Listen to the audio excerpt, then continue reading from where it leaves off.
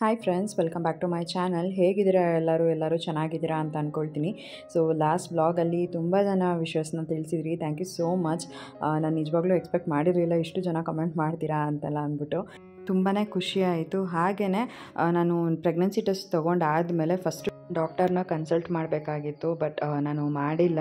ಆವಾಗ ನಾನು ವಿಡಿಯೋನಲ್ಲೇ ಹೇಳಿದ್ದೀನಿ ಯಾಕೆ ನಾನು ಡಾಕ್ಟರ್ನ ಕನ್ಸಲ್ಟ್ ಮಾಡಲಿಲ್ಲ ಅಂತ. ಬಿಕಾಸ್ ನಾನು ಇನ್ನೊಂದು 2 ಅವರ್ಸ್ಗೆ ಮಂತ್ರಾಲಯಕ್ಕೆ ಹೋಗಬೇಕಾಗಿತ್ತು. ನನಗೆ ಆ ಟೈಮಲ್ಲಿ ನಾನು ಡಾಕ್ಟರ್ ಹತ್ರ ಮಾತಾಡಿದ್ದಿದ್ರು ಅವ್ರು ಹೇಳ್ತಾ ಇದ್ದಿದ್ದೇನೆ ಬೇಡ ಅಂತ. ಸೊ ನನಗೆ ಬೇಡ ಅನ್ನೋ ಒಂದು ವರ್ಡ್ ತೊಗೊಳಕ್ಕೆ ಇಷ್ಟ ಇರಲಿಲ್ಲ. ಹಾಗಾಗಿ ನನಗೆ ಅವ್ರು ಏನು ಹೇಳ್ತಾರೆ ಅಂತ ಗೊತ್ತಿರೋ ಕಾರಣ ನಾನು ಡಾಕ್ಟರ್ನ ಕೇಳಲ್ಲ ಅಂತ ಹೇಳಿದ್ದು ಅಷ್ಟೇ. ಅದನ್ನು ಬಿಟ್ಟರೆ ನೆಗೆಟಿವ್ ಆಗಿ ಅನ್ನೋ ಥರದ್ದೆಲ್ಲ ಏನೂ ಇಲ್ಲ. ಇವಾಗ ನೀವು ಜಸ್ಟ್ ಆ್ಯಸ್ ಎ ವೀವರ್ ನೋಡ್ತೀರಾ, ಇವಾಗ ನನ್ನ ಹೊಟ್ಟೆಲಿರೋ ಮಗುನ ನಾನು ತಾನೇ ನೋಡ್ಕೋಬೇಕು ಚೆನ್ನಾಗಿ.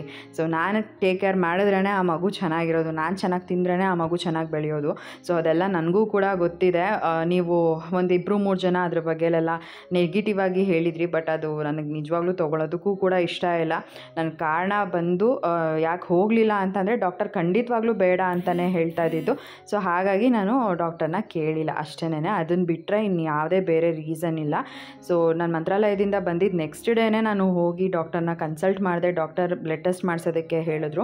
ಬ್ಲಡ್ ಟೆಸ್ಟ್ ಕೂಡ ಮಾಡಿಸ್ದೆ. ಸೊ ಆಗ ನನಗೆ ಕರೆಕ್ಟಾಗಿ 5-6 ವೀಕ್ಸ್ ಅಂತ ಅಂದ್ಬಿಟ್ಟು ಒಂದು ಕೌಂಟಲ್ಲಿ ಬಂತು, ಬ್ಲಡ್ ಟೆಸ್ಟ್ ಕೌಂಟಲ್ಲಿ. ಸೊ ಹಾಗಾಗಿ ಡಾಕ್ಟರ್ ಹೇಳಿದ್ರು ಇವಾಗ ಈ ಟೈಮಲ್ಲಿ ಬೇಡ ಸ್ಕ್ಯಾನಿಂಗ್ ಮಾಡಿಸೋದು, ಇನ್ನೂ ಒಂದು 2-3 ವಾರ ಆಗಲಿ ಆಮೇಲೆ ಸ್ಕ್ಯಾನಿಂಗ್ ಮಾಡೋಣ ಅಂತ ಹೇಳಿದ್ರು. ಸೊ 2-3 ವಾರನೂ ಕೂಡ ಆಗಿತ್ತು. ಹಾಗೆಯೇ ಈ ನಡುವೆ ನನಗೆ ಮಧ್ಯದಲ್ಲಿ ಕೂಡ ತುಂಬಾ ವಾಮಿಟಿಂಗ್ ಇತ್ತು. ನನಗಂತೂ ತುಂಬಾ ಟಯರ್ಡ್ ಫೀಲ್ ಆಗ್ತಾಯಿತ್ತು. ಹಾಗೆಯೇ ನಾನು ಬ್ಲಾಗ್ ಎಲ್ಲ ರೆಗ್ಯುಲರಾಗಿ ಹಾಕದೇ ಇರೋ ಕಾರಣ ಒಂದಷ್ಟು ಜನ ವೀವರ್ಸ್ ಕೂಡ ಇನ್ಸ್ಟಾಗ್ರಾಮಲ್ಲಿ ಬಂದುಬಿಟ್ಟು ಕಮೆಂಟ್ ಮಾಡಿದ್ರಿ, ನೀವು ಪ್ರೆಗ್ನೆಂಟ್ ಅಂತ ಗೊತ್ತು, ಯಾವಾಗ ರಿವೀಲ್ ಮಾಡ್ತೀರಾ ಅಂತೆಲ್ಲ ಅಂದ್ಬಿಟ್ಟು. ಸೊ ಕೆಲವೊಂದು ವಿಷಯಗಳು ನಾವು ಇಷ್ಟು ದಿನ ಆದಮೇಲೆ ಹೇಳೋಣ ಅನ್ನೋದಿರುತ್ತೆ. ಬಿಕಾಸ್ ನಮಗೂ ಕೂಡ ಒಂದು ಕ್ಲಾರಿಟಿ ಇರುತ್ತೆ, ಈ ಟೈಮಲ್ಲಿ ನಾವು ಹೇಳ್ಬೋದು, ಏನೂ ಕೂಡ ಪ್ರಾಬ್ಲಮ್ ಇಲ್ಲ ಅಂತ. ಸೊ ಆವಾಗಲೇ ನಾವು ಕೂಡ ಹೇಳೋದಕ್ಕಾಗೋದು. ಹಾಗೆಯೇ ನಮ್ಮ ಮನೆಯಲ್ಲಿ ಕೂಡ ಇಷ್ಟು ಬೇಗ ಹೇಳೋದು ಬೇಡ ಅಂತೆಲ್ಲರೂ ಹೇಳಿದ್ರಿಂದ ನಾನು ಕೂಡ ಒಂದು ಸ್ವಲ್ಪ ಟೈಮ್ ತೊಗೊಂಡು ನಿಮ್ಮ ಜೊತೆ ರಿವೀಲ್ ಮಾಡಿಕೊಂಡೆ. ಐ ಹೋಪ್ ನಿಮ್ಮೆಲ್ಲರಿಗೂ ಕೂಡ ಇಷ್ಟ ಆಗಿದೆ ಅಂತ ಅಂದ್ಕೊಳ್ತೀನಿ. ಹಾಗೆಯೇ ತುಂಬ ಲೇಟಾಗಿಯೂ ಕೂಡ ನಾನೇನು ಹೇಳಿಲ್ಲ. ನಾನು ಕರೆಕ್ಟಾಗಿ ಇವಾಗ ನನಗೆ 2 ಮಂತ್ಸ್ ಕಂಪ್ಲೀಟ್ ಆಗಿ 3 ಮಂತ್ಸ್ ರನ್ನಿಂಗ್ ಇದೆ. ಸೊ ಈ ಟೈಮಲ್ಲಿ ನಾನು ನಿಮ್ಮ ಜೊತೆ ಶೇರ್ ಮಾಡ್ಕೊಳ್ತಾ ಇದ್ದೀನಿ. ಹಾಗೆಯೇ ಇವತ್ತು ನಾನು ಸ್ಕ್ಯಾನಿಂಗಿಗೆ ಹೋಗಬೇಕಾಗಿತ್ತು. ಹಾಗಾಗಿ ಬೆಳಗ್ಗೆನೇ ಎದ್ದು ಮನೆ ಕೆಲಸ ಎಲ್ಲ ಮಾಡಿ ಮುಗಿಸ್ಕೊಂಡು ಬಟ್ಟೆಗಳು ಕೂಡ ಇತ್ತು ತುಂಬಾ, ಅದನ್ನೆಲ್ಲ ವಾಶ್ಗೆ ಹಾಕಬೇಕಾಗಿತ್ತು. ಸೊ ಬಟ್ಟೆನೂ ಕೂಡ ವಾಶ್ಗೆ ಹಾಕಿದ್ದಾಯಿತು. ಸರಿ ಹೋಗಿ ಡಾಕ್ಟರ್ನ ಕನ್ಸಲ್ಟ್ ಮಾಡಿ ಬರೋಣ, ಅದಾದಮೇಲೆ ನಾನು ಸಂಜೆ ಹಾಗೆ ಸ್ಕ್ಯಾನಿಂಗಿಗೆ ಜೀವನ ಕೂಡ ಕರ್ಕೊಂಡು ಹೋಗೋಣ ಅಂತ ಅಂದ್ಕೊಂಡೆ. ಯಾಕಂದರೆ ಅವರಂತೂ ಫಸ್ಟ್ ಟೈಮ್ ಸ್ಕ್ಯಾನಿಂಗಿಗೆ ಬರ್ತಾ ಇರೋದಲ್ವ, ಅವ್ರಿಗಂತೂ ತುಂಬಾ ಖುಷಿ ಇದೆ. ಅವರು ನನ್ನ ಜೊತೆ ಪ್ರತಿಯೊಂದು ಹಂತದಲ್ಲೂ ಇದ್ದಾರೆ ಅಂತ ಹೇಳ್ಬೋದು. ಅಪ್ಪು ಪ್ರೆಗ್ನೆನ್ಸಿನಲ್ಲಿ ಕೂಡ ಅಷ್ಟೇ ಅವ್ರು ನಂಗೆ ತುಂಬಾ ಸಪೋರ್ಟಿವ್ ಆಗಿದ್ದರು. ಹಾಗೆಯೇ ಇವಾಗಲೂ ಕೂಡ ಅಷ್ಟೇ ನಂಗೆ ತುಂಬಾ ಸಪೋರ್ಟಿವ್ ಆಗಿ ಇದ್ದಾರೆ. ನನಗೆ ಎಷ್ಟಾಗುತ್ತೋ ಅಷ್ಟು ಅವ್ರ ಕೈಯಲ್ಲಿ ಆದಷ್ಟು ಹೆಲ್ಪ್ ಮಾಡ್ತಿರ್ತಾರೆ. ನನಗೆ ನಿಜ ಅಷ್ಟು ಪ್ರೀತಿ ತೋರಿಸಿದ್ರೇ ಸಾಕು, ಯಾವುದೇ ಹೆಂಡತಿ ಆದ್ರೂ ಈ ಟೈಮಲ್ಲಿ ಅಷ್ಟು ಸಣ್ಣ ಪ್ರೀತಿ ತೋರಿಸಿದ್ರು ತುಂಬಾ ಅನಿಸುತ್ತೆ ಅದು. ಸೊ ನನಗೂ ಕೂಡ ಹಾಗೆ ಅವ್ರನ್ನ ಬಿಟ್ಬಿಟ್ಟು ನಾನು ಹಾಸ್ಪಿಟಲ್ಗೆ ಸ್ಕ್ಯಾನಿಂಗಿಗೆ ಹೋಗೋದಕ್ಕೆ ಇಷ್ಟ ಇರಲಿಲ್ಲ. ಹಾಗಾಗಿ ಡಾಕ್ಟರ್ ಹತ್ರ ಹೋಗಿ ಇವತ್ತು ಏನಿದೆ ಒಂದ್ಸಲಿ ಕನ್ಸಲ್ಟ್ ಮಾಡಿಕೊಂಡು ಅದಾದಮೇಲೆ ಸ್ಕ್ಯಾನಿಂಗಿಗೆ ಅಂತ ಅಂದ್ಬಿಟ್ಟು ಅವರೊಂದು ಬರ್ಕೊಡ್ತಾರೆ ಸ್ಲಿಪ್ನ. ಸೊ ಆ ಸ್ಲಿಪ್ನ ತೊಗೊಂಡು ಬರೋಣ ಅಂತ ಅಂದ್ಬಿಟ್ಟು ಇವಾಗ ಹೋಗ್ತಾ ಇದ್ದೀನಿ. ಸರಿ ಹೇಗಿದ್ರು ಹೊರಗಡೆ ಬಿಸಿಲು ಅಲ್ವಾ, ಸ್ನಾನ ಮಾಡ್ಕೊಂಡೇನು ಹೋಗೋದು ಬೇಡ. ಮತ್ತು ನಾನು ವಾಪಸ್ ಬಂದುಬಿಟ್ಟು ಮನೆಗೆ ದೇವ್ರ ಪೂಜೆ ಕೂಡ ಮಾಡಬೇಕಾಗಿತ್ತು. ಮತ್ತು ತುಂಬ ಲೇಟ್ ಮಾಡಿಕೊಂಡು ಕೂಡ ಹೋಗೋದಕ್ಕಾಗಲ್ಲ, ಯಾಕಂದರೆ ಆಲ್ರೆಡಿ ಅಪಾಯಿಂಟ್ಮೆಂಟ್ ತೊಗೊಂಡ್ಬಿಟ್ಟಿದ್ದೀನಿ. ಸರಿ ಫ್ರೆಶ್ ಅಪ್ ಆಗಿ ಅದಾದಮೇಲೆ ನಾನು ಡಾಕ್ಟರ್ನ ಕನ್ಸಲ್ಟ್ ಮಾಡಿ ಬಂದುಬಿಡೋಣ.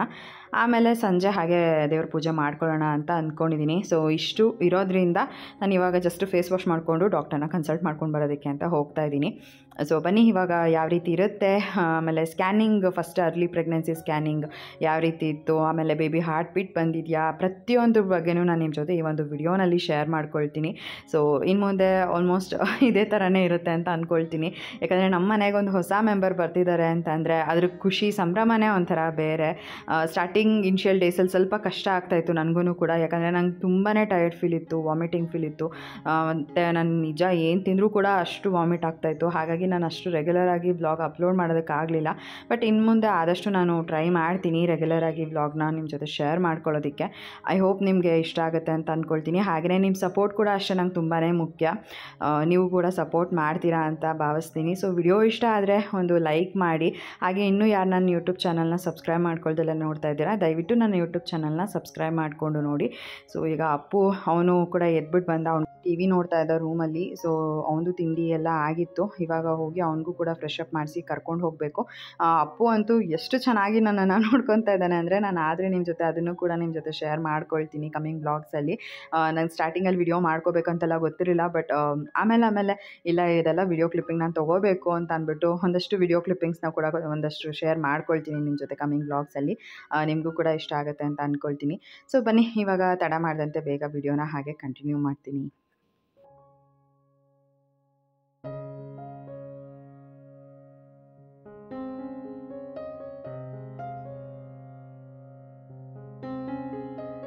ಸೊ ನಾನು ಹಾಸ್ಪಿಟಲ್ಗೆ ಕರೆಕ್ಟಾಗಿ ಹೋಗೋ ಟೈಮಿಗೆ ನಮ್ಮದೇ ಅಪಾಯಿಂಟ್ಮೆಂಟ್ ಇದ್ದಿದ್ದು. ಯಾಕೆಂತಂದರೆ ಅಲ್ಲಿ ಟೋಕನ್ ಸಿಸ್ಟಮ್ ಇರೋದು. ಹಾಗಾಗಿ ನಮ್ಮದು ಟೋಕನ್ ಬಂದುಬಿಟ್ಟು 23 ಇತ್ತು. ಅಷ್ಟೊತ್ತಿಗೆ ಆಗಲೇ 23 ಆಗೋಗ್ಬಿಟ್ಟಿತ್ತು. ನಾನು ಹೋಗಿದ್ದ ಟೈಮ್ ಕರೆಕ್ಟಾಗಿತ್ತು ಅಂತಲೇ ಅಂದ್ಕೊಂಡು ಹೋದೆ. ಇಲ್ಲಾಂದರೆ ಅಲ್ಲಿ ಒಂದು ನಂಬರ್ ನೆಕ್ಸ್ಟ್ ಹೋದ್ರೂ ಕೂಡ ಒಂದು 5-6 ಜನ ಆದಮೇಲೆ ನಮ್ಮನ್ನು ಅವರು ಒಳಗಡೆ ಬಿಡೋದು. ಸೊ ಆ ರೀತಿ ಆಗ್ತಾಯಿತ್ತು. ಸುಮ್ಮನೆ ವೆಯ್ಟ್ ಮಾಡಬೇಕಾಗಿತ್ತು. ಹಾಗಾಗಿ ನಾನು ಹೋಗಿದ್ದ ಸಲ ಕರೆಕ್ಟಾಗಿ ನನಗೆ ಸಿಕ್ತಲ್ಲ ಡಾಕ್ಟರ್ನ ಹೋಗಿ ಕನ್ಸಲ್ಟ್ ಮಾಡಿಕೊಂಡು ನಾನು ಕೂಡ ಬಂದೆ. ಮತ್ತೆಂಥ ವ್ಲಾಗ್ ಮಾಡ್ಕೊಳ್ಳೋದಕ್ಕಾಗಲಿಲ್ಲ. ಮನೆಗೆ ಬಂದಮೇಲೆ ನನಗೂ ಕೂಡ ತುಂಬಾ ಟಯರ್ಡ್ ಫೀಲ್ ಆಗ್ತಾಯಿತ್ತು ಅಂತ ನಾನು ಮತ್ತೆ ಸಂಜೆ ವ್ಲಾಗ್ನ ಕಂಟಿನ್ಯೂ ಮಾಡ್ತೀನಿ. ನಾನು ಕ್ಲಿನಿಕ್ಕಿಗೆ ಹೋಗ್ಬಿಟ್ಟು ಬಂದೆ. ಡಾಕ್ಟರ್ ಕೂಡ ಸ್ಕ್ಯಾನಿಂಗಿಗೆ ಬರ್ಕೊಟ್ಟಿದ್ದಾರೆ, ಅರ್ಲಿ ಪ್ರೆಗ್ನೆನ್ಸಿ ಸ್ಕ್ಯಾನಿಂಗಿಗೆ. ಇವಾಗ ಹೋಗ್ಬಿಟ್ಟು ಸ್ಕ್ಯಾನಿಂಗ್ ಮಾಡಿಸ್ಕೊಂಡು ಬರಬೇಕು. ಜೀವನ್ ನಾನು ಬರ್ತೀನಿ, ಇಬ್ಬರು ಒಟ್ಟಿಗೆ ಹೋಗೋಣ ಅಂತ ಹೇಳಿದ್ರು. ಹಾಗಾಗಿ ಸರಿ ಆಯಿತು. ಅವ್ರಿಗೂ ಕೂಡ ಅದು ಇರುತ್ತೆ ಅಲ್ವಾ, ಒಂದು ಸ್ವಲ್ಪ ನಾನು ಬರಬೇಕು ಹಂಗೆ ಹಿಂಗೆ ಅಂತೆಲ್ಲ ಅಂದ್ಬಿಟ್ಟು. ಸೊ ಹಾಗಾಗಿ ಸರಿ ಆಯಿತು, ಹೋಗೋಣ ಒಟ್ಟಿಗೆ ಅಂತ ಅಂದ್ಕೊಂಡು ವೆಯ್ಟ್ ಮಾಡ್ತಾಯಿದ್ದೀನಿ. ಇವತ್ತು ಆ್ಯಕ್ಚುಲಾಗಿ ಅವ್ರದ್ದೇನೋ ಆಡಿಟು ಎಲ್ಲ ಇದೆ ಅಂತೆಲ್ಲ ಹೇಳ್ತಿದ್ರು. ಸೊ ಅದು ಮುಗಿಸ್ಕೊಂಡು ಬರ್ತೀನಿ ಬೇಗನೆ ಅಂತ ಹೇಳಿದ್ರು. ಸೊ ನಾನು ಕೂಡ ವೆಯ್ಟ್ ಮಾಡ್ತಾಯಿದ್ದೀನಿ. ಟೈಮ್ ಆಗಲೇ 7:30 ಆಗಿದೆ. ಅಪಾಯಿಂಟ್ಮೆಂಟ್ ತೊಗೊಂಡಿದ್ದೀನಿ. ಅಲ್ಲಿ ಹೋಗಿದ ತಕ್ಷಣ ನಮಗೆ ಸ್ವಲ್ಪ ಬೇಗನೆ ಆಗುತ್ತೆ ಅಂತ ನಾನು ಅಂದ್ಕೊಂಡಿದ್ದೀನಿ. ಇಲ್ಲಿ ನಮ್ಮ ಮನೆ ನಿಯರ್ ಬೈನೇ ಇರೋದು scanning centre. So okay fine, ಹೋಗಿ ಬೇಗ ಮಾಡಿಸ್ಕೊಂಡು ಬರ್ಬೋದು ಅಂತ ಅಂದ್ಕೊಂಡಿದ್ದೀನಿ. ನೋಡೋಣ ಹೇಗಾಗುತ್ತೆ ಅಂತ. ನಾನಂತೂ ಕಾಯ್ತಾ ಇದ್ದೀನಿ ಅಂತ ಹೇಳ್ಬೋದು. After A long time, like 5 years ಆದಮೇಲೆ ನಾನು ಮತ್ತೆ ಸ್ಕ್ಯಾನಿಂಗ್ ಆ ಥರದ್ದೆಲ್ಲ ಹೋಗ್ತಾ ಇರೋದು. ಮಗನ ಸ್ಕ್ಯಾನಿಂಗಿಗೆ ಅಂತ ಅಂದ್ಬಿಟ್ಟು ಎಷ್ಟು ಕಾಯ್ತಿದ್ದೆ ಗೊತ್ತಾ ನಾನು. ನಿಜವಾಗ್ಲೂ ಅರ್ಲಿ ಪ್ರೆಗ್ನೆನ್ಸಿ ಸ್ಕ್ಯಾನಿಂಗ್ ಆಗಿರ್ಬೋದು, NT ಸ್ಕ್ಯಾನಿಂಗ್ ಆಗಿರ್ಬೋದು, ಅನಾಮಲಿ ಸ್ಕ್ಯಾನಿಂಗ್ ಆಗಿರ್ಬೋದು, ಎಲ್ಲ ಸ್ಕ್ಯಾನಿಂಗಿಗೂ ಹೋಗೋಕ್ಕೆ ತುಂಬ ಖುಷಿ ಇತ್ತು. ಆದರೆ ತುಂಬ ಭಯ ಇರ್ತಿತ್ತು ಅಪ್ಪು ಪ್ರೆಗ್ನೆಂಟಲ್ಲಿ. ಯಾಕೆ ಅಂದರೆ ನಮ್ಮದು ಫಸ್ಟ್ ಪಾಪುಗೆ ಟೆಟ್ರಾಲಜಿ ಆಫ್ ಫ್ಯಾಲೆಟ್ ಅಂತ ಹಾರ್ಟ್ ಪ್ರಾಬ್ಲಮ್ ಇತ್ತಲ್ವ. ಹಾಗಾಗಿ ನನಗೆ ಅಪ್ಪು ಪ್ರೆಗ್ನೆನ್ಸಿನಲ್ಲಿ ಎಲ್ಲದಕ್ಕೂ ಒಂಥರ ಭಯ ಆದರೂ ಒಂಥರ ನೋಡೋದಕ್ಕೆ ಖುಷಿ ಇರ್ತಿತ್ತು. ಆ ಕ್ಯೂರಿಯಾಸಿಟಿ ಅನ್ನೋದು ಇರ್ತಿತ್ತು. ಬಟ್ ಈ ಸಲ ನನಗೇನು ಎಕ್ಸ್ಪೆಕ್ಟೇಷನ್ಸು ಇಟ್ಕೊಂಡಿಲ್ಲ. ಹಾಗೆಯೇ ಅದೇನೋ ಒಂದು ಭಯ ಆ ಥರದ್ದೆಲ್ಲ ಇರುತ್ತೆ. ಅದು ಕೂಡ ಏನು ಅಷ್ಟೊಂದೆಲ್ಲ ಇಲ್ಲ. ಬಟ್ 100% ಹೇಳಬೇಕು ಅಂದರೆ ಒಂದು 40% ಭಯ ಇದೆ. ಇನ್ನು 60% ಏನಾಗಲ್ಲ, ಆರಾಮಾಗಿ ಹೋಗೋಣ ಅನ್ನೋ ಥರ ಇದೆ. ಏನಕ್ಕೆ ಅಂತಂದರೆ, ಒಂದು ನಾನೇ ಯಾವಾಗಲೂ ನನ್ನ ತಲೆಯಲ್ಲಿ ಅದೊಂದು ತುಂಬ್ಕೊಂಡ್ಬಿಡ್ತಾ ಇದ್ದೇನೋ ಭಯ ಅನ್ನೋದನ್ನು. ಬಟ್ ಈ ಸಲ ಬೇಡ, ಆರಾಮಾಗಿ ಈ ಒಂದು ಪ್ರೆಗ್ನೆನ್ಸಿ ಜರ್ನಿ ಅನ್ನೋದು ಏನಿದೆ ಅದನ್ನು ನಾನು ಎಂಜಾಯ್ ಮಾಡಬೇಕು ಅಂತ ಅಂದ್ಕೊಂಡಿದ್ದೀನಿ. ಸೊ ಹಾಗಾಗಿ ಭಯ ಪಡೋದೆಲ್ಲ ಬೇಡ, ಆರಾಮಾಗಿ ಈ ಎಲ್ಲ ಒಂದು ಮೂಮೆಂಟ್ನ ಎಂಜಾಯ್ ಮಾಡೋಣ ಅಂತ ಅಂದ್ಬಿಟ್ಟು ಅಷ್ಟೇನೆ. ಸೊ ಜೀವನ್ ಬಂದಮೇಲೆ ಹೋಗ್ಬಿಟ್ಟು ಸ್ಕ್ಯಾನಿಂಗ್ ಮಾಡಿಸ್ಕೊಂಡು ಬರ್ತೀವಿ. ನಾನಂತೂ ಹಾರ್ಟ್ ಬೀಟ್ ಕೇಳಿಸ್ಕೊಳ್ಳೋದಕ್ಕೆ ಕಾಯ್ತಾ ಇದ್ದೀನಿ. ನಿಜವಾಗ್ಲೂ ಅದೊಂದು ಇರುತ್ತೆ ಅಲ್ವ, ಏನಾದರೂ ಆಗಲಿ ಅದೇನೋ ಒಂಥರ ಚೆಂದ ಅಂತ ಅನಿಸುತ್ತೆ. ಅಪ್ಪು ಪ್ರೆಗ್ನೆನ್ಸಿನಲ್ಲೂ ಅಷ್ಟೇನೆ ಆ ಹಾರ್ಟ್ ಬೀಟ್ ಫಸ್ಟ್ ಟೈಮ್ ನಾನು ಕೇಳಿಸ್ಕೊಂಡಾಗ ನಿಜವಾಗ್ಲೂ ನನಗೆ ಕಣ್ಣಲ್ಲೇ ನೀರು ಬಂದುಬಿಟ್ಟಿತ್ತು. ಇವಾಗ ಅದು ಹೆಂಗೆ ಅನಿಸುತ್ತೋ ಏನೋ ಗೊತ್ತಿಲ್ಲ. ಬಟ್ ನನ್ನ ಮಗನೇ ಒಂಥರ ನನಗೆ ಏನೋ ಒಂಥರ ಖುಷಿ. ಇವನು ಅಪ್ಪು, ಇವಾಗ ಎಲ್ಲಿ ಹೋಗ್ತಾ ಇದ್ದೀವಿ ನಾವು? ಗೊತ್ತಿಲ್ವಾ? ಮಾರ್ಕೆಟ್ಗಲ್ಲ. ಇವಾಗ ಏನಕ್ಕೆ ಹೇಳು ಹಾಸ್ಪಿಟಲ್ಗೆ ಹೋಗ್ತಿರೋದು? ಪಾಪು ನೋಡ್ಕೊಬರಕ್ಕ. ಪಾಪು ಟೀ ಬಂದ. ಇಷ್ಟನಾ ಪಾಪು? ಯಾಕೆ ಇಷ್ಟ? ಸುಮ್ಮನೆ. ಪಾಪು ನಿನ್ನ ಏನಂತ ಕರಿಬೇಕು? ಪಾಪು. ನಿನ್ನನ್ನು ಏನಂತ ಕರಿಬೇಕು ಪಾಪು? ಅಪ್ಪು ಅಣ್ಣ. ಅಪ್ಪು ಅಣ್ಣ ಅನ್ಬೇಕಾ? ನೀನು ಅಣ್ಣ. ಅವನ ತಲೆನಲ್ಲಿ ಏನೆಲ್ಲ ಇದೆ ನೋಡಿ, ಎಷ್ಟು ಕ್ಯೂಟಾಗಿ ಹೇಳ್ತಾನೆ. ಮತ್ತು ಅವ್ನು ಕೇರ್ ಮಾಡೋದು ಕೂಡ ಅಷ್ಟೇ ಚೆನ್ನಾಗಿ ಕೇರ್ ಮಾಡ್ತಾನೆ. ಮಮ್ಮಿ ಇದು ಬೇಕಾ ಮಮ್ಮಿ, ನಿಂಗೆ ಅದು ಬೇಕಾ ಮಮ್ಮಿ. ಆಮೇಲೆ ಅವ್ರ ಪಪ್ಪಂಗೆ ಹೇಳಿಬಿಟ್ಟು ಫ್ರೂಟ್ಸ್ ಎಲ್ಲ ಮನೆಯಲ್ಲಿ ಖಾಲಿ ಆದಾಗ ಅವನೇ ಆರ್ಡರ್ ಮಾಡಿಸ್ತಾನೆ. ಪಪ್ಪ ಮಮ್ಮಿಗೆ ಫ್ರೂಟ್ಸು ಖಾಲಿ ಆಯಿತು ಪಪ್ಪ, ಆರ್ಡರ್ ಮಾಡು ಅಂತ ಅಂದ್ಬಿಟ್ಟು. ಸೊ ಅದೆಲ್ಲ ಒಂದು ಕ್ಯೂಟ್ ಮೂಮೆಂಟ್. ನನಗೇನೋ ಒಂಥರ ತುಂಬ ಖುಷಿ ಅಂತ ಅನಿಸುತ್ತೆ. ಎಷ್ಟು ಚೆನ್ನಾಗಿ ನೋಡ್ಕೊತಾ ಇದ್ದಾನಲ್ವ ನನ್ನ ಮಗ ಅಂತ ಅಂದ್ಬಿಟ್ಟು. ಹಾಗೆಯೇ ನೆನ್ನೆ ಹೋಗಿ ಅಪ್ಪುಗೆ ಅಡ್ಮಿಷನ್ ಕೂಡ ಮಾಡಿಬಿಟ್ಟು ಬರಬೇಕಾಗಿತ್ತು. ನೆನ್ನೆ ಹೋಗಿ ಅಡ್ಮಿಷನ್ ಮಾಡಿಬಿಟ್ಟು ಬಂದೆ. ಬುಕ್ಸು ಬ್ಯಾಗ್ ಎಲ್ಲ ಕೊಟ್ಟಿದ್ದಾರೆ. ಇನ್ನೂ ಬುಕ್ಸಿಗೆಲ್ಲ ಬೈಂಡಿಂಗ್ ಹಾಕಬೇಕು. ಇನ್ನೂ ಪೂಜೆನೂ ಕೂಡ ಆಯಿತು. ಅದೇನೋ ಒಂದು ನನ್ನ ಬಿಲೀಫ್ ಅಂತ ಹೇಳ್ಬೋದು. ಫಸ್ಟ್ ಟೈಮ್ ನಾವು ಸ್ಕ್ಯಾನಿಂಗಿಗೆ ಅಂತ ಹೋಗ್ತಾಯಿದ್ದೀವಿ. ಎಲ್ಲ ಒಳ್ಳೆಯದಾಗಲಿ, ಆರೋಗ್ಯವಾಗಿರಲಿ ಅಂತ ಅಂದ್ಬಿಟ್ಟು ದೇವರಿಗೆ ಕೂಡ ಪೂಜೆ ಮಾಡಿದ್ದಾಯಿತು. ಹಾಗೆಯೇ ಇನ್ನು ಅಡುಗೆ ಬಂದರೆ ನಾನು ಬಿಸಿಬೇಳೆಭಾತನ್ನ ಮಾಡಿದ್ದೆ. ಅದು ಆಲ್ಮೋಸ್ಟ್ ಒಂದು ಮಧ್ಯಾಹ್ನ ಹಾಗೇ ಮಾಡಿದ್ದು ಅಂತ ಅಂದ್ಕೊಳ್ತೀನಿ. ಏನೋ ಗೊತ್ತಿಲ್ಲ, ಇವತ್ತು ಬಿಸಿಬೇಳೆಭಾತ್ ತಿನ್ನಬೇಕು ಅಂತ ಅನ್ನಿಸ್ತಾಯಿತ್ತು. ಹಾಗಾಗಿ ಸರಿ ಅಂತ ಮಾಡಿದೆ. ಇವಾಗ ಮಧ್ಯಾಹ್ನಕ್ಕೆ ನಮಗೆ ಸಂಜೆಗೆ ನಮ್ಗೆ ಅದೇ ಆಗುತ್ತೆ. ಇನ್ನೇನು ಮತ್ತೆ ಅಡುಗೆ ಮಾಡಬೇಕಂತೆಲ್ಲ ಏನೂ ಇಲ್ಲ. ನನಗಂತೂ ಅದೇನೋ ನೈಟ್ ಟೈಮ್ ಊಟ ಮಾಡಬೇಕಂತಲೇ ಅನ್ನಿಸ್ತಾ ಇಲ್ಲ. ಬಟ್ ಆಲ್ಸೋ ಹಾಗೆ ಮಲ್ಕೋಬಾರ್ದಲ್ಲ ಅಂತ ಅಂದ್ಬಿಟ್ಟು ಅಟ್ಲೀಸ್ಟ್ ಒಂದು ಎಗ್ ಆದ್ರೂ ತಿಂದ್ಬಿಟ್ಟು ಮಲ್ಕೊಳ್ತಾ ಇದ್ದೀನಿ. ಇಲ್ಲ ಆಮ್ಲೆಟ್, ಇಲ್ಲಾಂದರೆ ಎಗ್ ಹೆಂಗಾಗುತ್ತೋ ಹಾಗೆ. ಬಟ್ ಏನೋ ನಾನು ನೈಟ್ ಟೈಮ್ ಏನಾದ್ರು ಊಟ ಸ್ಕಿಪ್ ಮಾಡಿದ್ರು ಕೂಡ ಮಿಡ್ ನೈಟ್ ಫುಲ್ ನಿದ್ದೆ ಬರೋಲ್ಲ. ಬಟ್ ಜಾಸ್ತಿ ಹೆವಿ ತಿಂದ್ಬಿಟ್ರೆ ನನಗೆ ಅದೇನೋ ಒಂಥರ ಹುಳಿ ತೇಗ್ ಥರ ಬರ್ತಿರುತ್ತೆ. ಹಾಗಾಗಿ ಸ್ವಲ್ಪ ಲೈಟಾಗೇ ತಿನ್ನೋಣ ಅಂತ ಅಂದ್ಬಿಟ್ಟು ಮೊಟ್ಟೆ ಇಲ್ಲಾಂದರೆ ಸೌತೆಕಾಯಿ ಈ ರೀತಿ ಏನಾದರೂ ಒಂದು ತಿಂತಾಯಿದ್ದೀನಿ. ಒಂಥರ ತುಂಬ ಚೆನ್ನಾಗಿದೆ ಈ ಒಂದು ಪ್ರೆಗ್ನೆನ್ಸಿ ಜರ್ನಿ ಅನ್ನೋದು. ನಾನು ತುಂಬಾ ಎಂಜಾಯ್ ಮಾಡ್ತಾಯಿದ್ದೀನಿ. ನೋಡೋಣ ಹೇಗಾಗುತ್ತೆ. ಇನ್ನೂ ಸ್ಕ್ಯಾನಿಂಗ್ ಎಲ್ಲ ಮಾಡಿಸ್ಕೊಂಡು ಬಂದರೆ ಅಲ್ಲಿ ಡಾಕ್ಟರೆಲ್ಲ ಏನು ಹೇಳ್ತಾರೆ ಅಂತೆಲ್ಲ ನಾನು ಬಂದುಬಿಟ್ಟು ನಿಮ್ಮ ಜೊತೆ ಶೇರ್ ಮಾಡ್ಕೊಳ್ತೀನಿ. ಹಂಗೆ ಮಾಡಬೇಡ, ಬೀಳ್ತೀಯ ಆಮೇಲೆ.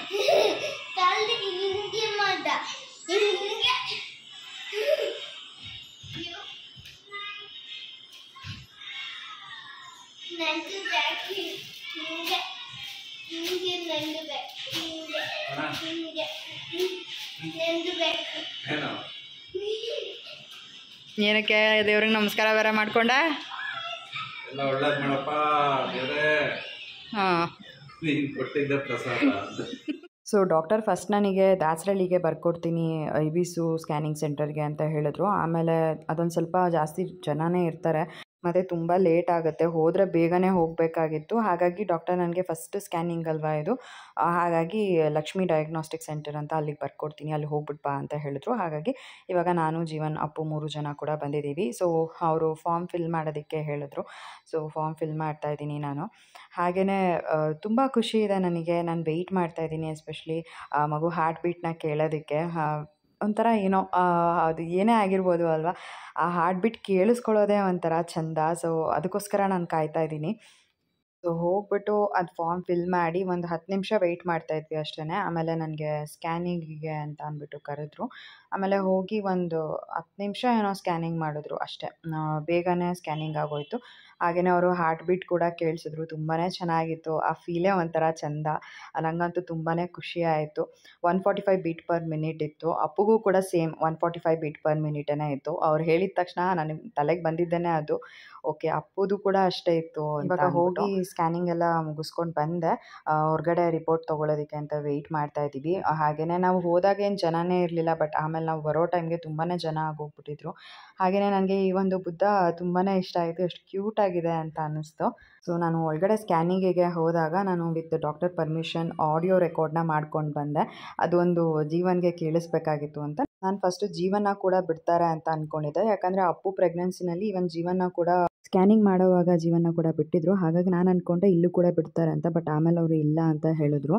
ಆಯ್ತು ಅಂತ ಅಂದ್ಬಿಟ್ಟು ನಾನು ಡಾಕ್ಟರ್ನ ರಿಕ್ವೆಸ್ಟ್ ಮಾಡಿಕೊಂಡೆ, ನಾನು ಹಾರ್ಟ್ ಬೀಟ್ ಆದರೂ ಒಂದು ರೆಕಾರ್ಡಿಂಗ್ ತೊಗೊಳ್ಬೋದಾ ಅಂತ. ಸೊ ಹಾಗಾಗಿ ಅವ್ರು ಹೇಳಿದ್ರು ವಿಡಿಯೋ ಮಾಡ್ಕೊಳ್ಳೋ ಹಾಗಿಲ್ಲ, ಆಡಿಯೋ ಮಾಡ್ಕೊಳ್ಳಿ ಅಂತ ಅಂದು. ಸರಿ ಅಂದ್ಬಿಟ್ಟು ನಾನು ವಾಯ್ಸ್ ರೆಕಾರ್ಡ್ನ ಮಾಡ್ಕೊಂಡು ಬಂದೆ. ಅದನ್ನು ನಾನು ನಿಮ್ಮ ಜೊತೆ ಮನೆಗೆ ಹೋದ್ಮೇಲೆ ಶೇರ್ ಮಾಡ್ಕೊಳ್ತೀನಿ. ತುಂಬ ಅಂದರೆ ತುಂಬ ಖುಷಿಯಾಯಿತು ನನಗಂತೂ. ಫಸ್ಟ್ ಬೇಬಿ ಹಾರ್ಟ್ ಬೀಟ್ನ ಕೇಳೋದಕ್ಕೆ ಅಪ್ಪುಗೂ ಕೂಡ ಕೇಳಿಸ್ದೆ. ಅವನು ಕೂಡ ತುಂಬಾ ಖುಷಿಪಟ್ಟ. ಸೊ ಹಾಸ್ಪಿಟಲಿಂದ ಮನೆಗೆ ಬರೋವಾಗ ಜೀವನ್ ನನಗೆ ಚಿಕನ್ ಬಿರಿಯಾನಿ ತಿನ್ಬೇಕನ್ನಿಸ್ತಾ ಇದೆ, ಇಲ್ಲಿ ಹೊಸಕೋಟೆ ಬಿರಿಯಾನಿ ತೊಗೊಂಡು ಹೋಗೋಣ ಅಂತ ಹೇಳಿದ್ರು. ಸೊ ಹಾಗಾಗಿ ನಮ್ಮ ಮನೆ ಹತ್ರ ಹೊಸದಾಗಿ ಓಪನ್ ಆಗಿದೆ, ಅಲ್ಲಿ ತೊಗೊಂಡು ಬಿರಿಯಾನಿನ ಇವಾಗ ನಾವು ಫಲ್ಲೂದಾ ತಿನ್ನೋದಕ್ಕೆ ಅಂತ ಹೇಳಿಬಿಟ್ಟು ಬಂದ್ವಿ. ನನಗೆ ಪರ್ಸ್ನಲಿ ಇವಾಗ ಚಿಕನ್ ಆಗಿರ್ಬೋದು ಅದೆಲ್ಲ ಏನೂ ಇಷ್ಟ ಆಗ್ತಿಲ್ಲ, ಅದೇನೋ ಒಂಥರ ವಾಕ್ಲಿಕ್ಕೆ ಬರೋ ಥರ ಆಗುತ್ತೆ. ಹಾಗಾಗಿ ನಾನು ಕೇಳಿದೆ, ಸರಿ ನೀವು ಹೇಗಿದ್ರು ಬಿರಿಯಾನಿ ತಿನ್ನಿ, ನಾನು ಫಲ್ಲೂದಾ ತಿಂತೀನಿ ಅಂತ ಅಂದ್ಬಿಟ್ಟು. ಸೊ ಇಲ್ಲಿ ಯೂಶ್ವಲಾಗಿ ಚೆನ್ನಾಗಿ ಮಾಡ್ತಾರೆ ಫಲ್ಲೂದಾ ಎಲ್ಲ. ಸೊ ಹಾಗಾಗಿ ಜೀವನ ಇಲ್ಲಿ ಕರ್ಕೊಂಡು ಬಂದೆ. ನಾನು ಮ್ಯಾಂಗೋ ಫಲ್ಲೂದಾನ ತೊಗೊಂಡಿದ್ದೆ, ಅಪ್ಪು ಮಾಮೂಲಿ ಕೋನ್ ಐಸ್ ಕ್ರೀಮ್ನ ತೊಗೊಂಡಿದ್ದ. ಸೊ ತಿಂದ್ಕೊಂಡು ನಾವು ಕೂಡ ಮನೆಗೆ ಹೊರಟ್ವಿ. ಒಂಥರ ಚೆನ್ನಾಗಿತ್ತು ಅಂತಲೇ ಹೇಳ್ಬೋದು ಇವತ್ತಿನ ದಿನಾನೂ ಕೂಡ. ಸೊ ಫ್ರೆಂಡ್ಸ್, ಮನೆಗೆ ಬಂದು ಊಟ ಕೂಡ ಮಾಡಿದ್ದಾಯಿತು. ಇವಾಗ ಸ್ಕ್ಯಾನಿಂಗ್ ರಿಪೋರ್ಟಲ್ಲಿ ಆ್ಯಕ್ಚುಲಾಗಿ ಎಲ್ಲನೂ ನಾರ್ಮಲ್ ಇದೆ ಅಂತಲೇ ಕೊಟ್ಟಿದ್ದಾರೆ, ಏನೂ ಪ್ರಾಬ್ಲಮ್ ಇಲ್ಲ. ಹಾಗೆಯೇ ನೆಕ್ಸ್ಟು 10th ವೀಕ್ ಬರೋದಕ್ಕೆ ಹೇಳಿದ್ದಾರೆ. ಇವಾಗ ಹೋಗ್ಬಿಟ್ಟು ಬರಬೇಕು. ಸೊ ಎಲ್ಲ ನಾರ್ಮಲ್ ಇದೆ, ಏನೂ ಪ್ರಾಬ್ಲಮ್ ಇಲ್ಲ. ಮೇಯ್ನಾಗಿ ಅದೇ ಬೇಕಾಗಿರೋದು. ಎಲ್ಲ ಚೆನ್ನಾಗಿದ್ಬಿಟ್ರೆ ಒಂಥರ ನೆಮ್ಮದಿ, ಇಲ್ಲ ಅಂತ ಅಂದರೆ ಏನೋ ಹೇಳ್ಬಿಟ್ರೆ ಅದೇ ತಲೆನಲ್ಲಿ ಓಡ್ತಾ ಇರುತ್ತೆ. ಸದ್ಯಕ್ಕೆ ಏನೂ ಪ್ರಾಬ್ಲಮ್ ಇಲ್ಲ, ಎಲ್ಲ ಚೆನ್ನಾಗಿದೆ ಅಂತಲೂ ಹೇಳಿದ್ದಾರೆ. ಫೀಟಲ್ ಹಾರ್ಟ್ ರೇಟ್ ಬಂದುಬಿಟ್ಟು 142 ಬೀಟ್ ಪರ್ ಮಿನಿಟ್ ಇದೆ. ಆಮೇಲೆ ಯೋಗ್ ಸ್ಯಾಕ್ ಮೆಷರ್ಡ್ ಬಂದು 2.4 mm, ಇಷ್ಟುದ್ದ ಇರುತ್ತೇನೋ ಅಷ್ಟು. ಆಮೇಲೆ 6 weeks 4 days ±1 week ಅಂತ ಕೊಟ್ಟಿದ್ದಾರೆ. EDD ಡೇಟ್ ಬಂದುಬಿಟ್ಟು 29/12/2025ಗೆ. ಇನ್ನೊಂದು 2 ದಿನ ಕೊಟ್ಟಿದ್ದಿದ್ರೆ ನ್ಯೂ ಇಯರ್ ಆ ಥರ ಇರ್ತಿತ್ತು ಅಲ್ವಾ. ನಾನು ಹಂಗೆ ಅಂದ್ಕೊಂಡೆ ಅಲ್ಲಿ ಕೊಟ್ಟಿದ್ದ ತಕ್ಷಣ ಇನ್ನೊಂದು 2 ದಿನ ಮುಂದಕ್ಕೆ ಹೋಗಿದ್ದಿದ್ರೆ ಚೆನ್ನಾಗಿರ್ತಿತ್ತಲ್ವ ಅಂತ. ನೋಡೋಣ ಹೇಗಾಗುತ್ತೆ ಅಂತ. ಸೊ ಇವಾಗಂತೂ ಇನ್ನೇನು ಜಾಸ್ತಿ ಸ್ಕ್ಯಾನಿಂಗಲ್ಲೆಲ್ಲ ಅದು ಇದು ನೋಡಬೇಕಂತಲ್ಲ ಏನೂ ಇರೋಲ್ಲ, ಅಂದರೆ ಗೊತ್ತಾಗಲ್ಲ. ಜಸ್ಟ್ ಆ ಪ್ರೆಗ್ನೆನ್ಸಿಗೇನು ಕರೆಕ್ಟಾಗಿದೆಯಾ ಅನ್ನೋದನ್ನು ನೋಡ್ತಾರೆ. ಅದನ್ನು ಬಿಟ್ಟರೆ ಇನ್ನೇನಿಲ್ಲ. ಎಕ್ಟೋಪಿಕ್ ಪ್ರೆಗ್ನೆನ್ಸಿ ಆಗಿಬಿಟ್ರೆ ಅನ್ನೋದೊಂದು ತಲೆಯಲ್ಲಿ ಇರುತ್ತೆ. ಬಟ್ ನನ್ನ ತಲೆಯಲ್ಲಿ ಅದೆಲ್ಲ ಏನೂ ಇರಲಿಲ್ಲ. ಜಸ್ಟ್ ಬ್ಲ್ಯಾಂಕಾಗಿ ಹೋದೆ, ಸ್ಕ್ಯಾನ್ ಮಾಡ್ಕೊಂಡು ಬಂದೆ ಅಷ್ಟೇ. ಮತ್ತು ಹಾರ್ಟ್ ಬೀಟ್ನ ಕೇಳಿಸಿದ್ರು. ನಾನು ಅದನ್ನು ರೆಕಾರ್ಡ್ ಮಾಡ್ಕೋಬೋದಾ ಅಂತ ಅಂದ್ಬಿಟ್ಟು ಜಸ್ಟ್ ಅದೊಂದು ಅವ್ರು ಹೇಳಿದ್ರು ವಿಡಿಯೋ ಮಾಡ್ಕೊಳ್ಳೋಂಗಿಲ್ಲ, ಜಸ್ಟ್ ಅದೊಂದು ಏನಿದೆ ಆಡಿಯೋ ರೆಕಾರ್ಡ್ ಮಾಡ್ಕೊಳ್ಳಿ ಅಂತ ಹೇಳಿದ್ರು. ಸರಿ ಅಂತ ಅಂದ್ಬಿಟ್ಟು ನಾನು ಅದೊಂದು ಆಡಿಯೋ ರೆಕಾರ್ಡ್ನ ಮಾಡಿಕೊಂಡೆ. ಅದೊಂಥರ ಫೀಲಿಂಗ್ ಬೇರೆಯೇ ಇರುತ್ತೆ ಅಲ್ವಾ, ಚೆನ್ನಾಗಿರುತ್ತೆ ಅಂತ ಅಂದ್ಬಿಟ್ಟು ನಾನು ಅದೊಂದು ಆಡಿಯೋ ರೆಕಾರ್ಡ್ನ ಮಾಡಿಕೊಂಡೆ. ಅದನ್ನು ಕೂಡ ನಾನು ಅಟ್ಯಾಚ್ ಮಾಡ್ತೀನಿ, ನೋಡ್ಬೋದು. ಒಂಥರ ನಿಜವಾಗ್ಲೂ ಕೇಳಿಸ್ಕೊಂಡಿದ್ದ ತಕ್ಷಣ ತುಂಬ ಖುಷಿ ಆಗೋಯ್ತು ನನಗಂತೂ. ಎಷ್ಟು ಚಂದ ಅಂತ ಅನ್ಸುತ್ತೆ. ಏನೇ ಆಗಿರಲಿ ಅಲ್ವಾ, ಈಗ ಅಪ್ಪು ಪ್ರೆಗ್ನೆಂಟಲ್ಲೂ ಕೂಡ ಅಷ್ಟೇ, ಆವಾಗ ನನಗೆ ಚಾನ್ಸ್ ಸಿಕ್ಕಿರಲಿಲ್ಲ ರೆಕಾರ್ಡ್ ಮಾಡ್ಕೊಳ್ಳೋದಕ್ಕೆ, ಅವ್ರು ಇಲ್ಲ ಅಂತ ಹೇಳಿಬಿಟ್ರು. ಬಟ್ ಇಲ್ಲಿ ಏನು ಅಂತಂದರೆ ಜಸ್ಟ್ ಅದು ವಾಯ್ಸ್ ರೆಕಾರ್ಡ್ ಮಾಡ್ಕೊಳ್ಳಿ, ವಿಡಿಯೋ ಮಾಡ್ಕೊಳ್ಳೋಂಗಿಲ್ಲ ಅಂತ ಹೇಳಿದ್ರು. ಹಾಗಾಗಿ ಅದೊಂದನ್ನು ಮಾತ್ರ ನಾನು ರೆಕಾರ್ಡ್ ಮಾಡ್ಕೊಂಡಿದ್ದಾಯಿತು. ಸೊ ತುಂಬ ಖುಷಿ ಆಯಿತು ನನಗೆ. ನಾನು ಅದನ್ನು ಕೂಡ ಅಟ್ಯಾಚ್ ಮಾಡ್ತೀನಿ ವಿಡಿಯೋನಲ್ಲಿ, ಕೇಳಿಸ್ಕೊಳ್ಳಿ ನೀವು ಕೂಡ, ನಿಮಗೂ ಕೂಡ ಇಷ್ಟ ಆಗ್ಬೋದು ಅಂತ ಅಂದ್ಕೊಳ್ತೀನಿ. ಸೊ ಇಷ್ಟೇ. ಇನ್ನು ಇವಾಗ ಹೋಗ್ಬಿಟ್ಟು ಮಲ್ಕೊಳ್ಳೋದು. ನನಗಂತೂ ಸಾಕಾಗಿದೆ ಬೆಳಗ್ಗೆಯಿಂದ ಕೆಲಸ ಅಂತ. ಸೊ ಇವಾಗ ಹೋಗಿ ಒಂದು ಸ್ವಲ್ಪ ಫೇಸ್ ವಾಶ್ ಮಾಡಿಕೊಂಡು ಟ್ಯಾಬ್ಲೆಟ್ ತೊಗೊಂಡು ಮಲ್ಕೊಳ್ಳೋದು ಅಷ್ಟೇ. ಮತ್ತು ಬೆಳಗ್ಗೆ ವ್ಲಾಗ್ನ ಆದರೆ ಕಂಟಿನ್ಯೂ ಮಾಡ್ತೀನಿ, ಇಲ್ಲಾಂದರೆ ಇವತ್ತಿನ ಈ ಒಂದು ವಿಡಿಯೋನ ಕೂಡ ನಾನು ಇಲ್ಲಿಗೆ ಎಂಡ್ ಮಾಡ್ತೀನಿ. ಇವತ್ತಿನ ಈ ಒಂದು ವಿಡಿಯೋ ನಿಮ್ಗೆ ಇಷ್ಟ ಆಗಿದ್ರೆ ಲೈಕ್ ಮಾಡಿ, ಕಮೆಂಟ್ ಮಾಡಿ, ಶೇರ್ ಮಾಡಿ. ಇನ್ನೂ ಯಾರು ನನ್ನ ಯೂಟ್ಯೂಬ್ ಚಾನಲ್ನ ಸಬ್ಸ್ಕ್ರೈಬ್ ಮಾಡ್ಕೊಳ್ದಲ್ಲೇ ನೋಡ್ತಾ ಇದ್ದೀರಾ, ದಯವಿಟ್ಟು ನನ್ನ ಯೂಟ್ಯೂಬ್ ಚಾನಲ್ನ ಸಬ್ಸ್ಕ್ರೈಬ್ ಮಾಡಿಕೊಂಡು ನೋಡಿ. ಸಿಗೋಣ ಮುಂದಿನ ವಿಡಿಯೋನಲ್ಲಿ. Thanks for watching, bye. ಮೇಘನ ಏಜ್ 28.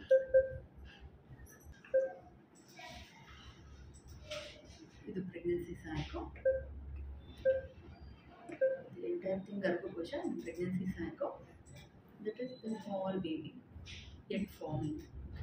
ಹಾರ್ಟ್ ಬೀಟ್ ಕಾಣುತ್ತಲ್ಲ, ಕೇಳಿಸ್ಬೋದು. ಓಕೆ.